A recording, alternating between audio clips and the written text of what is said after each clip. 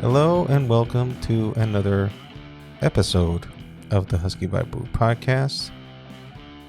Coming you directly from Girkville, I guess USA now, since it used to be DR. I haven't said that in a while, I guess. Not since I coined the phrase that never launched or did anything, that only sold one t-shirt in TeePublic, which, by the way, if you want to help out a brother, that's the best way to do it so far, since I have no PayPal. I actually do have a PayPal, but I don't have what they call it, Patreon. Okay, yeah, because I ain't got nothing to sell yet. Hopefully that's about to change. So yeah, this is the Husky by Boo podcast. This is Ariel. Again, the TeePublic store. There are a bunch of goodie stuff there that you can buy, and hopefully that can help one a bit and mitigate some costs here in terms of productions and whatnot. Hoping that everything turns out well.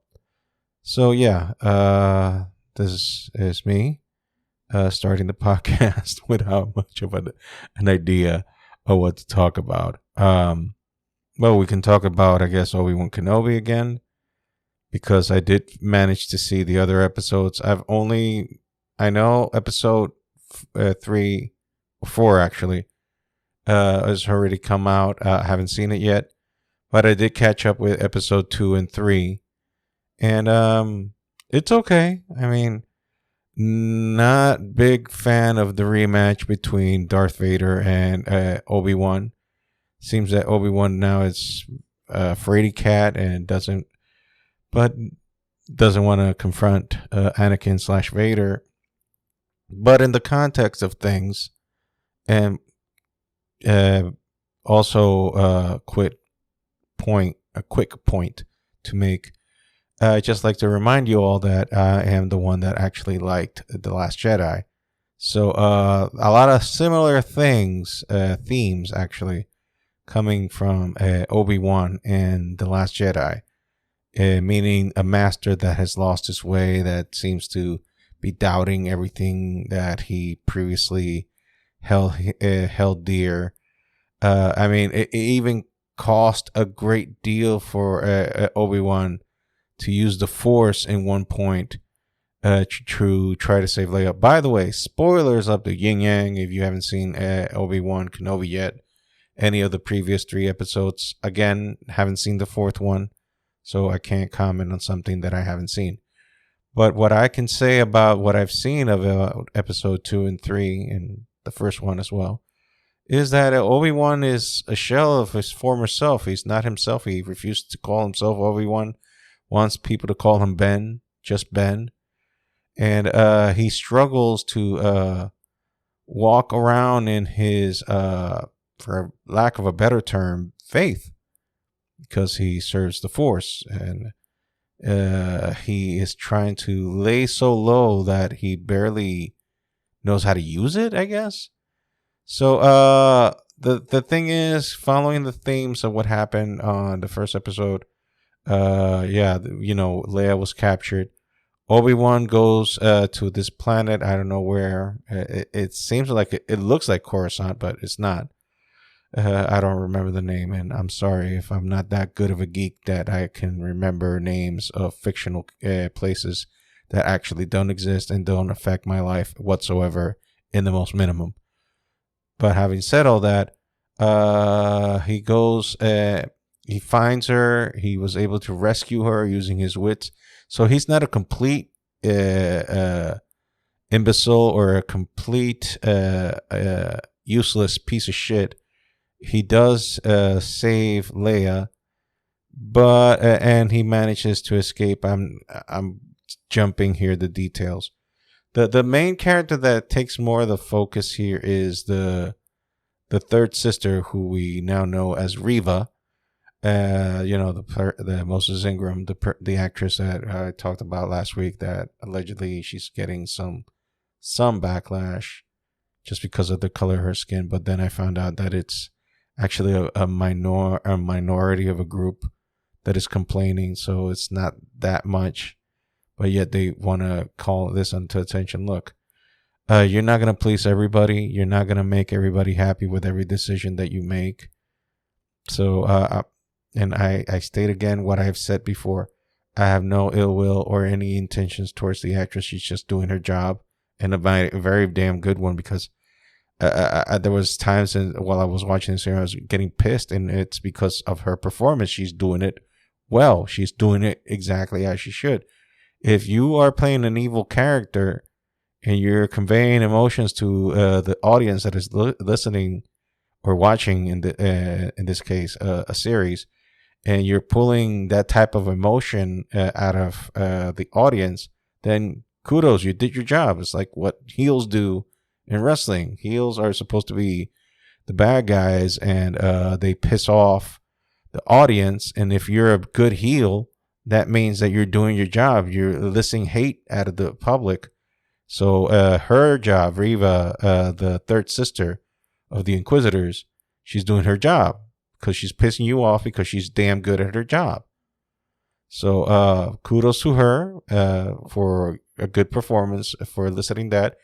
Also, this is the episode where Obi-Wan finds out that Anakin survived the Mustafar incident, and he is now hunting him. And this has haunted Anakin, Obi-Wan, in his reaction. So the third episode goes on that they go to they manage to escape to this planet, and but word got out that he's there, and we get the rematch of Obi-Wan versus Darth Vader, the match that never was mentioned in A New Hope.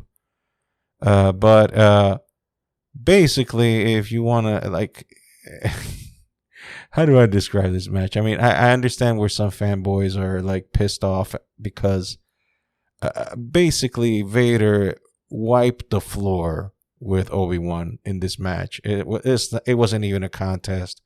Vader was just toying with him, playing with him like he was a little kid, like a piece of. It was like Vader was just exploiting it. He even got some measure of revenge by burning him a little bit alive. I was like, yeah, there you go. I got a little bit of revenge back on this son of a bitch. But the episode ends that someone helped Obi-Wan, and they were trying to escape the planet where they were. And I guess, if I recall correctly, that's how the episode ends. So I'm now needing to see episode 4 to determine what is going on that end, what keeps on going on that end. So far, so good. Again, I want to circle back to the whole theme about, playing into the doubts of your faith, because that was the theme that was echoed on The Last Jedi, specifically with Luke Skywalker, which the interpretation of the character was something that was universally hated, even by the actor himself, Mark Hamill. So it was hated because how can you take this character that was the representation of the light and then turn him into like this old, begrudging piece of, not a piece of, a guy that's just like lost his way.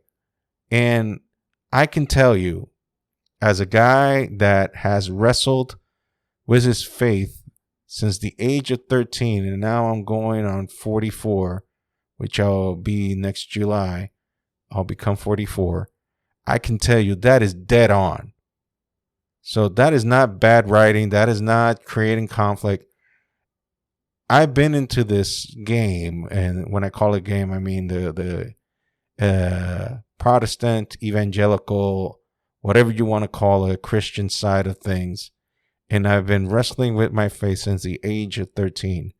I always had believed in God, but since the age of 13, it was a fight, because I had to conform to a way that I was against the norm, and especially in DR. In DR, people are very religious, but it's not that they live their religion. in all actuality. They are actually, how do I begin to describe it? I don't know how to even begin to describe it. People are hypocrites.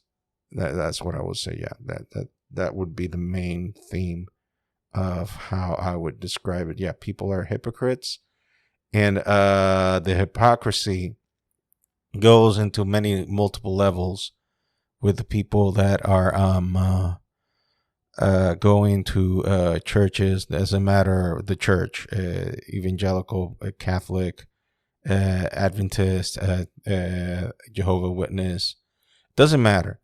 There's a general sense of hypocrisy because it is the tradition of Dominicans to be like, I don't know what is it that the Dominicans just love: the womanizing, the drinking, the hanging out, going out to parties and all this stuff.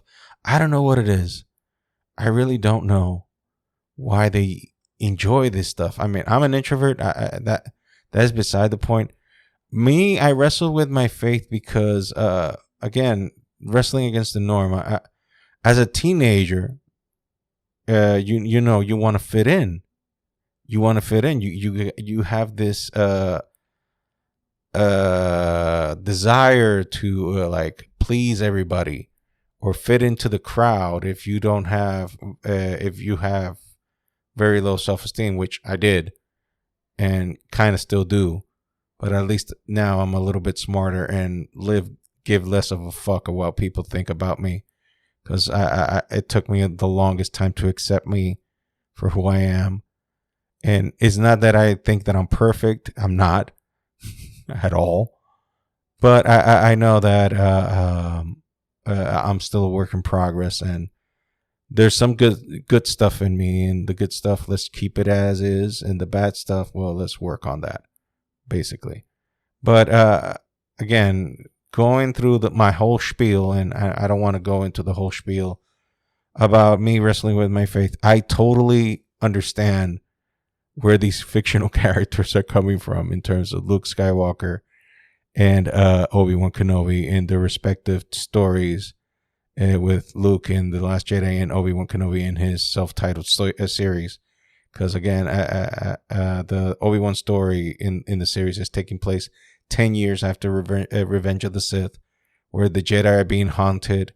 He's haunted with the memory of killing his best friend, a guy that basically was like a son to him, and he thought that he killed, and then it turns out that no, actually, he's alive and well, and guess what? He is now the darkest of dark lords out there, and he has it for you and wants to kill you. And Obi-Wan is not this cunning warrior. I mean, he's having his moments of doubt, and people think that when you have this faith in an invisible being, like everything is hoity-toity, like, oh, aren't you just perfect? And I know that some people know that, like, because you met some religious people that have their faith, but they're to say it in a better term, they're lying their asses off, and they're fake ass people, because they're pretending to be something that they're actually not, giving you a front of something that they're actually not. And when you follow up with that and see people like that makes you cautious in terms of like, okay, this is full of shit. I can tell you in my personal view, yes, there's been times that I had to fake it because I wasn't really feeling it. Then there are times that I did feel it, and I did the right thing. I did follow the instructions as guided, but then I failed, and failed miserably, to the point that I was in such a low state of mind and emotional, physical, mental, spiritual, whatever you want to call it, and I felt like a piece of shit. So, although these characters are fictional, and let me reiterate to the entire world that is upset with these stories, It's fiction. It's not real. Don't get so fucking pissed off. But what I can take about these stories that are fictional is that, yeah, if you have faith, you're going to find areas of struggle. Why? Because everything is not the way you think it was supposed to be. Because you're finding out stuff as you go along. You find out that just like Peter did when he told Jesus, I will never deny you. I'll never leave your side. And Jesus was like, bitch, you will deny me 3 times before the rooster crows and before the sun comes out. And true to that word, Peter denied Jesus 3 times. The rooster crowed, and Peter just started crying, bawling, because it showed that his unbeatable faith in his mind. Because that's the whole thing about going through these things. I really hate calling it religion, because religion is, to me, is when it's fake, when it's bullshit, when there's zero attempt to do the right thing, and you're just BSing yourself. That's for me was when you can call it religious. But when you're trying to truly find a way, a path in a spiritual endeavor, it's not going to be easy. It's not that the world just rolls down and opens every single door. No, you're fighting against the grain. You're fighting against the norm. You're fighting against the current. You're going contrary to what everybody else is saying. So the world doesn't just bend over backwards and say, oh, yes, have it your way. Be happy. We live in a world that we're contending everything. And we are constantly redefining things that used to be the norm. And I'm not going to go into details for that. You can use your imagination as to what am I talking about. I'm not going to talk about that, but you can connect the dots. Let's just say you can connect the dots.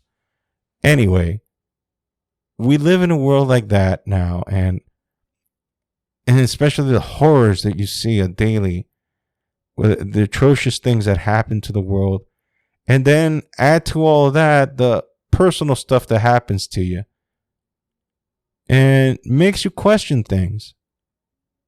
And it's a struggle to keep faith, especially when you are going against the grain, following something that is invisible, and you're just going at it by faith. I understand that, especially, believe me, now, in this the last few months, with me going through this rediscovering my spiritual self, I can understand exactly how that feels. And I know that maybe once, not so long ago, I was Obi-Wan.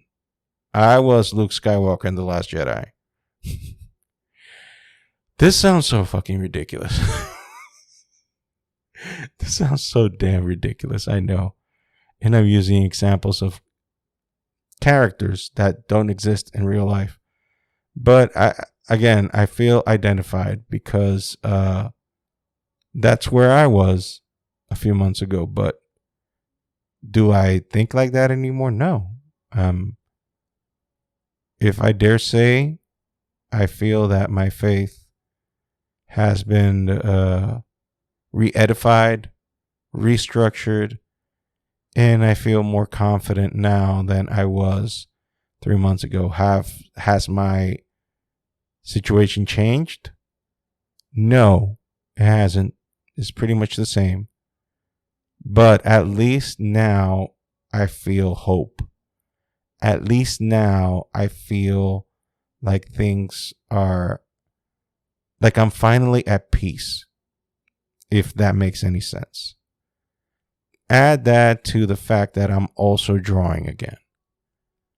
Like, I've been finding inspiration to create something that, just like maybe 4 months ago, I thought that that's it. I was never going to draw again.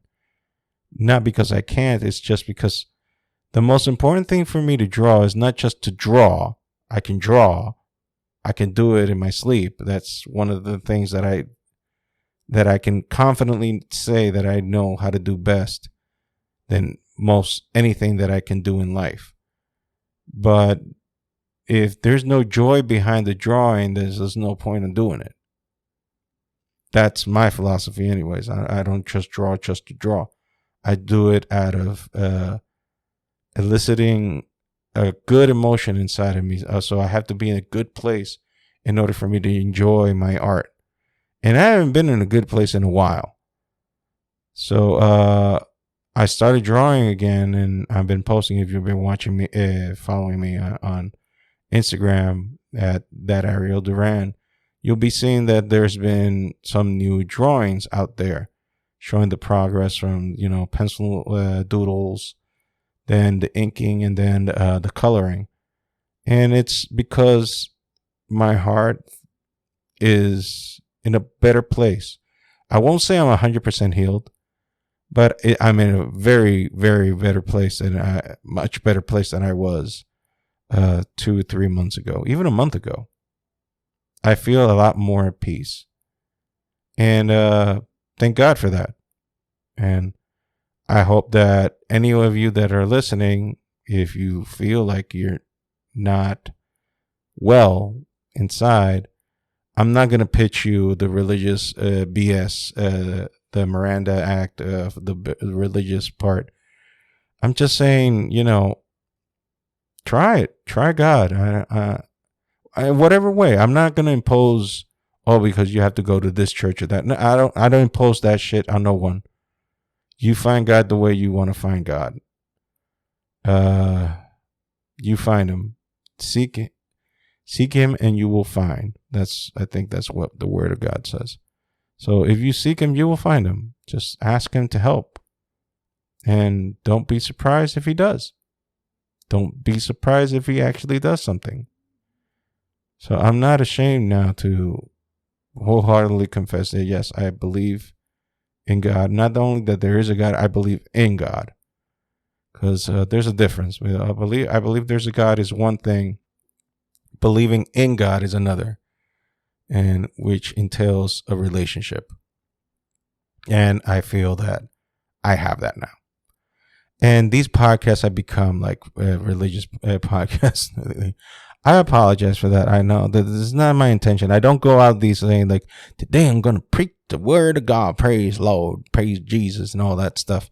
That's not my intention. I'm just shooting from the hip, shooting from the heart, telling you as is what is going on with my life. I try to not bullshit myself and not bullshit you who are listening, because there's very few of you that do.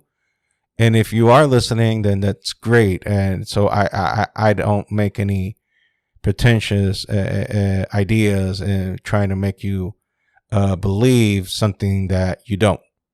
So I try to remove all religious bullshit out of the way and make sure that you guys do receive the best of me, which in this case, you're getting a sleep-deprived, overweight version of me that is struggling to keep it together, but he's throwing his faith in God to help him to get to another day. That's basically it.